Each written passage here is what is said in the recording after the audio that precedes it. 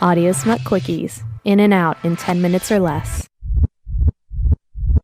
My name's Julia. This is Audio Smut, and I have a little distraction for you. I want you to stop whatever it is you're doing and take a little time out for a tale about the joys of procrastination. The purpose of the bathroom is to provide a private space for the fulfillment of bodily functions in public places. Masturbating is simply one of those functions that sometimes need to be performed over the course of one's day. I was 14 the first time I jerked off in a public bathroom. It was the same stall I cried my first heartbroken teenage tears in.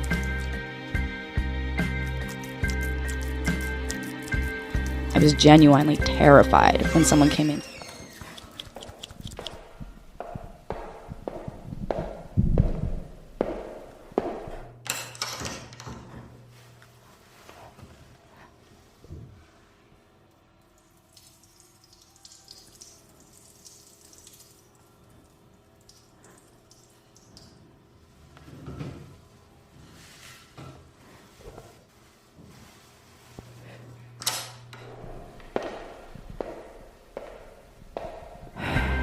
I wasn't particularly horny,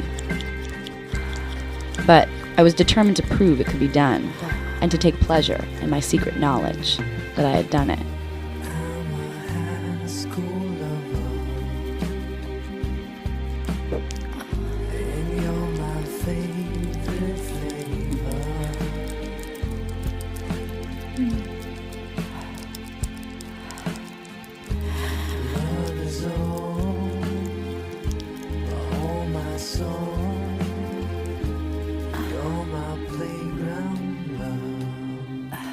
This was the birth of a firmly entrenched personal tradition. Public bathrooms I've jerked since. The public library, both university libraries, McGill and Concordia, school bathrooms, work bathrooms, shopping mall bathrooms, though I try my best not to spend any time in shopping malls. The bathroom stall of a bar while a really awesome band was playing. The Greyhound bus bathroom, it's kind of smelly. Bathrooms at friends' houses, and my personal favorite, the cafe bathroom. Being that I spend as much time in cafes as I do at home, I'd say about 50% of my orgasms are had in the cafe potty romp. There are several factors that make this particular arrangement satisfying. First, coffee makes me really, really horny. Espresso in particular.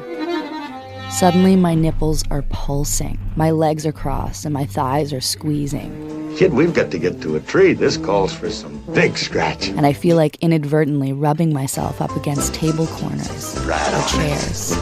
Yeah. That's delicious. Oh. Focus can be an issue. When passing an afternoon in a cafe, there is always a need for a head-clearing pause. Your mind is wandering all over the place. You can't bear to read or write or think another word. Maybe you're feeling an espresso-inspired wave of indulgence. Or maybe you've hit that mid-afternoon staleness. You haven't finished whatever it is that you're doing, but you're at a standstill. There's hours ahead. And it's either time for a wank or a cigarette. If you happen to be quitting smoking, which I always am, you don't really have much of a choice.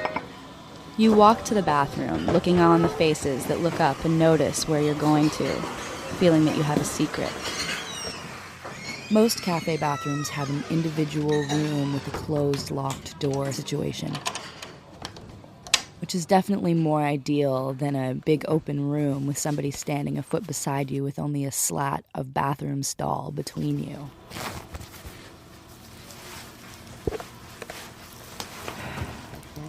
The closed locked door of this particular cafe bathroom doesn't close all the way.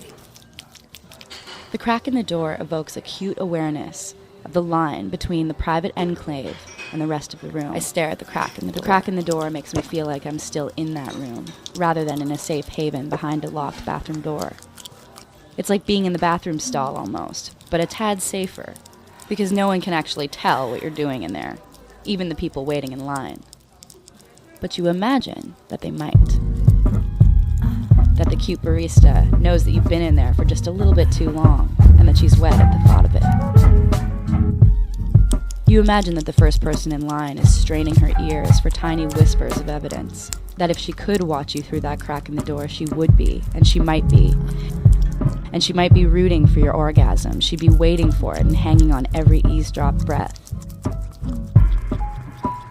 And then you do come, holding your breath and stealing a glance into your eyes in the mirror and another at the pulsing bulge of your hands in your pants.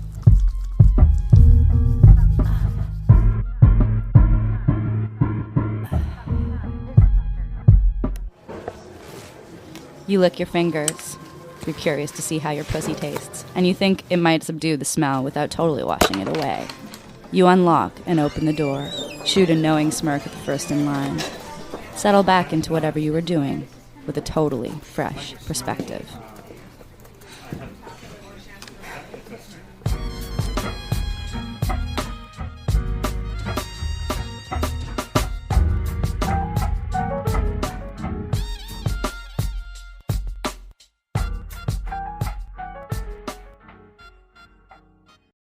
That piece was produced by Caitlin Prest.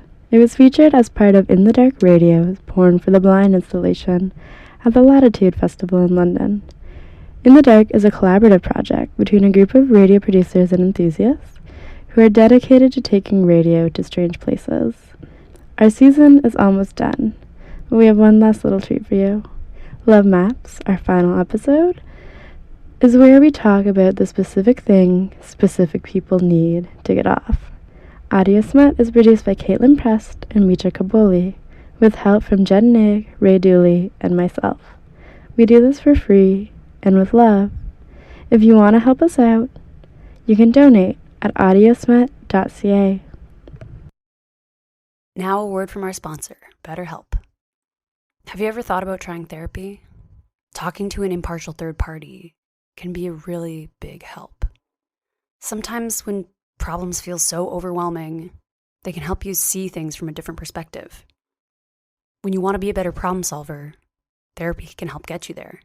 Visit betterhelp.com/heart today to get 10% off your first month. That's betterhelp.com/heart. Radiotopia.